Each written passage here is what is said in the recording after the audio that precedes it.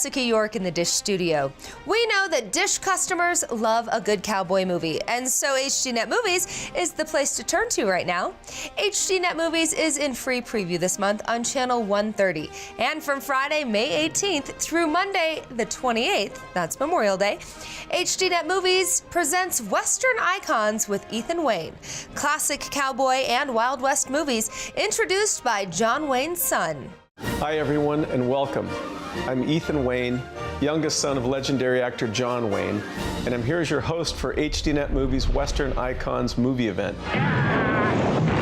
Beginning May 18th with a double feature every night and culminating in an all-day marathon Memorial Day. Get your gun. I'll meet you in the street in 5 minutes. It's one big Western fest here on HDNet Movies, starting May 18th through May 28th.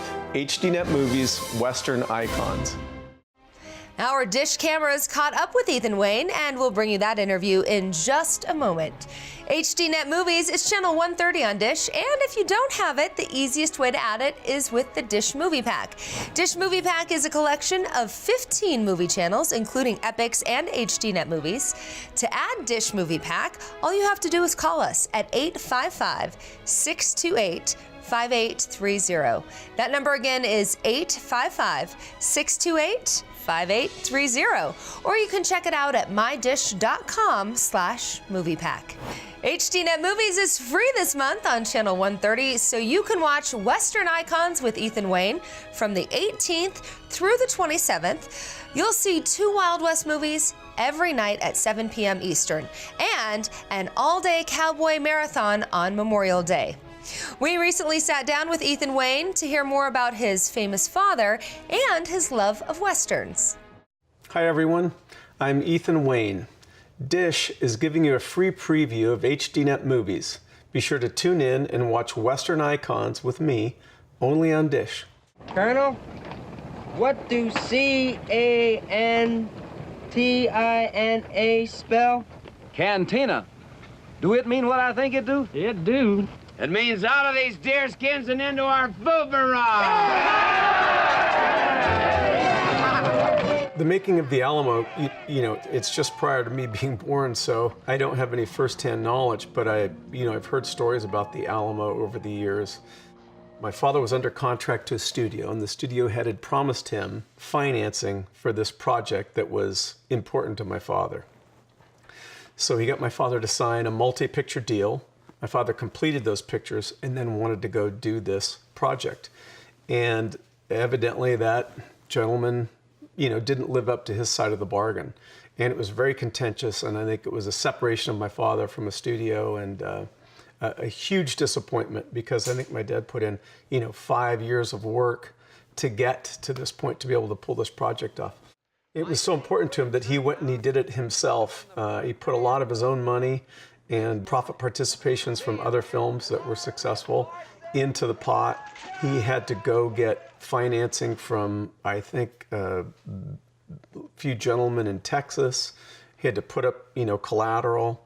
It was an epic. It was a huge production, fraught with difficulties, and my father's health was suffering. He was under a lot of pressure and a lot of stress. They had some tremendous difficulties on that production. A girl was killed, one of the actresses was killed by her boyfriend right in the middle of filming. They had a flash flood that wiped out, an enormous set that had been built. They had, thousands of animals and thousands of extras, and it's filmed. I mean, if you go to Bracketville, Texas today, where Alamo Village is the set from the Alamo film that my father built. It's got to be 3 or 4 hours drive from San Antonio, just in the middle of nowhere, down on the border.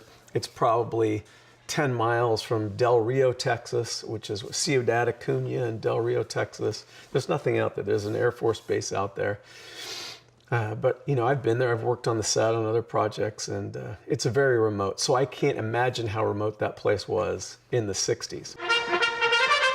But to get all those people and everything that you need to take care of those people and all the items needed for a production on that scale, I mean, is a huge undertaking. Hey, frontal attack! We need more men up here! To add more stress to it, it wasn't a huge commercial success right off the bat.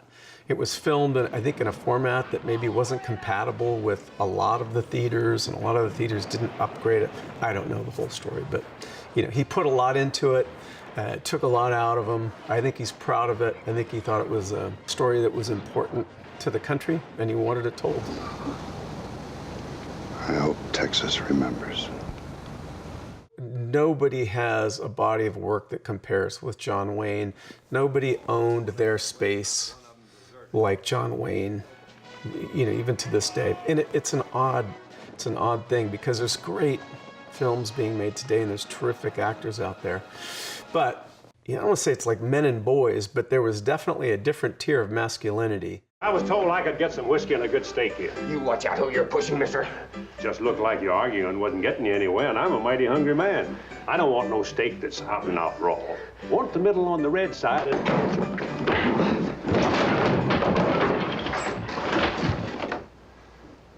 This ain't a very friendly town. If I was you, I'd get out of here quick. That was Roy Agri you just hit, mister. Ain't there anybody in this town that ain't an agri? Please go, senor. While I'm waiting for that steak, I'll buy a bottle of that one. But What I don't drink, I'll take with me. How much? $10. The steak? $10. Good thing I'm only staying over the night. Sure is a $10 town.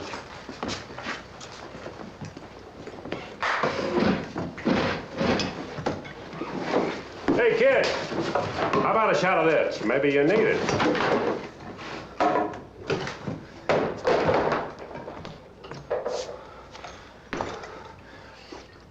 Hold it, son. I built up a small hanker myself. Cacho, you're fixing up trouble for yourself. When I finish this, I'm gonna kill you. Now, that's just Jim Dandy, son. But in the meantime, would you mind bringing me my steak? There's a lot of masculinity up there on that screen. I mean, those were, they were men. I don't know how to describe it. It's like back then they just stepped on a spider. The other day I'm like trying to scoop the spider up on a piece of paper to get it out the door so it can live. I mean, it's just different, Things evolve and times change. Your land runs 1,000 rods to the left of that big tree. Then it follows a creek.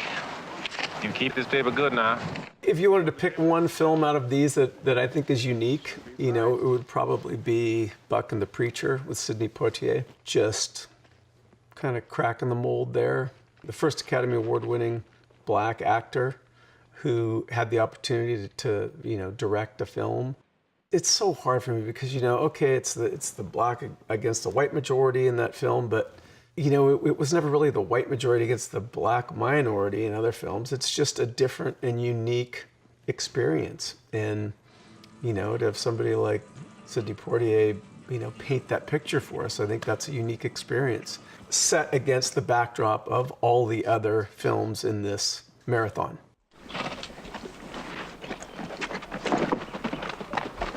Lord of mercy, look at that. You don't be quiet, you're gonna be dead. Sensei, What? do you have good health? Yes. Things go well? Some things, some days. What do you want, Sergeant? I got a wagon train coming through.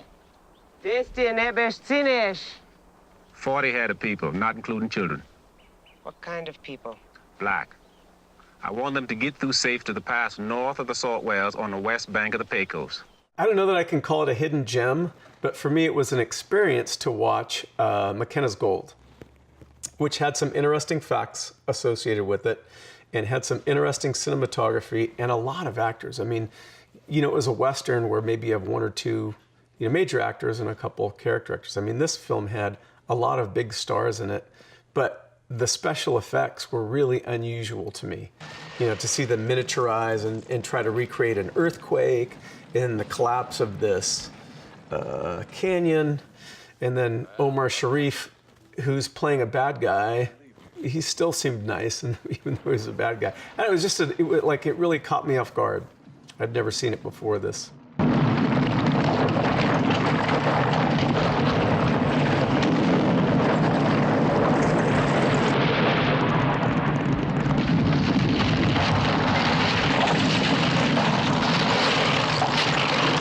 I think the Western endures because the Western it's our history. You know, we came to this land, you know, as people who did not have opportunity in other places. And America was the place where people could come, and it wasn't guaranteed, but if they worked hard, they had a chance to break out of their personal positions and get some success. And I think that was a dream that a lot of people followed. And along with that dream was, you know, the migration from the East, where there was an establishment, to the West, where you could stake your own claim and be your own boss and make your own way, live or die. And it was such a short period in our history. I don't remember the exact dates, but I mean, it's literally 40 years or 50 years of our history. And it was, you know, right or wrong, fair or not, it was a time where people were out fighting for their future. And some made it and some didn't. You know, it's like the salmon swimming upstream. I mean, some get eaten by the bears and some make it to that pool at the end. But it is our history, and it's individualism, it's self-reliance, it's decency, it's the fight for right in the majority of these stories. And it's also the epic, you know, Western landscape. So you have a value set, you know, that's represented. And I think was representative of our early days. And then, you know, magnificent sweeping vistas of a big, wide open, wild country. I think that's appealing. Hi everyone, and welcome. I'm Ethan Wayne, youngest son of legendary actor John Wayne, and I'm here as your host for HDNet Movies Western Icons movie event, starring your favorite Western icons and stars. Get your gun. I'll meet you in the street in 5 minutes. So join me for a star-studded lineup as we round up such greats as Burt Lancaster, Kirk Douglas, Charlton Heston, Clint Eastwood, Gary Cooper, James Stewart, and of course the Duke himself, John Wayne, plus many more. So join me, Ethan Wayne, as we round up all the great Western stars of the 50s, 60s, and 70s, beginning May 18th with a double feature every night and culminating in an all-day marathon on Memorial Day. It looks like Frank Miller's coming back on the noon train. It's one big Western fest here on HDNet Movies, starting May 18th through May 28th. HDNet Movies Western Icons. HDNet Movies is free this month on Channel 130, so you can watch Western Icons with Ethan Wayne, a great collection of cowboy and Wild West movies. From May 18th through the 27th, they'll have 2 Westerns every night at 7 p.m. Eastern, and an all-day marathon on Memorial Day, the 28th. HDNet Movies is Channel 130 on Dish, and if you don't have it, the easiest way to add it is with the Dish Movie Pack. Dish Movie Pack is a collection of 15 movie channels, including Epics and HDNet Movies.